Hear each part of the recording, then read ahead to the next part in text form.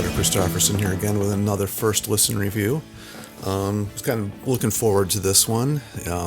It's the new album by the band called Blackbird Angels, and the name of the album is Solsorte, I believe. And I'm doing this with the window open. I probably shouldn't be doing that because the car just drove by. But anyway, it's hot in here, so I guess I'll just have to take that chance. But anyway, this is the band, the latest project, I guess, from Tracii Guns, and he's been doing a couple of these lately, but he is teamed up with the vocalist and bassist named Todd, who I was not too familiar with at all until just recently. I got the album Heroes and Monsters back at the beginning of this year, one of the other Frontiers projects. This is also a Frontiers project.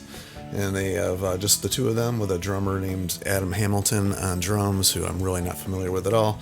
But I guess the idea of this was they've been friends for a while. I guess the idea is they wanted to Tracii wanted to do more, songs like he grew up listening to, Zeppelin, Frampton, Journeys type stuff. And the singer, here he has that style of voice that he could cover that type of stuff, so I guess that was a good team. I mean, the stuff Tracy's been doing lately is he did a cool project with Michael Sweet called Sunbomb. That's a really cool album too, also a Frontiers thing, but that's a really good album. It's nothing like I ever expected to hear from Tracii Guns.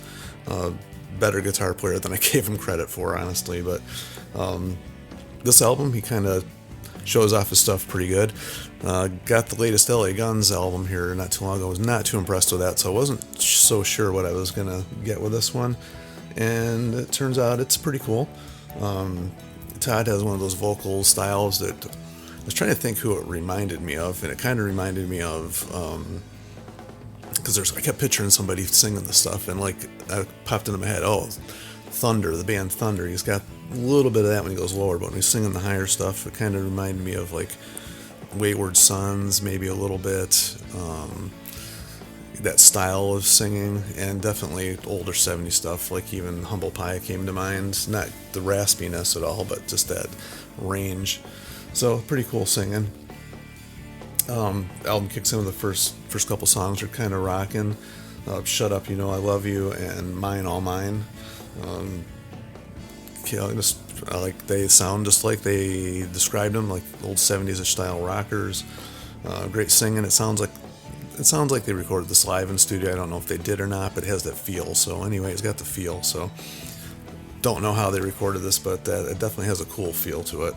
And then they hit track number 3 called Worth the Wait, which I don't know, slowed down a little bit, and that song really didn't do a whole lot for me. It just didn't reach out and grab me. I thought it was a weird place to put that song because you're just rocking out, and all of a sudden, boom, mood killer right there. Just kind of slowed it down a lot.